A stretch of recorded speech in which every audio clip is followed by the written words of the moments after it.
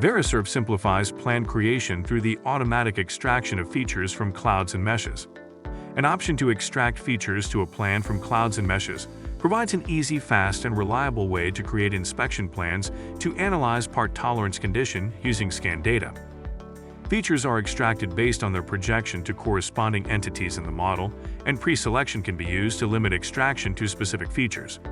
All 3D geometry is supported, including freeform surfaces and collinear cylinders, and coplanar planes can be extracted as single features. Extracted features can be added to an inspection plan, with or without measurements derived from the scan, and can be added to the Measure Manager for immediate evaluation and reporting.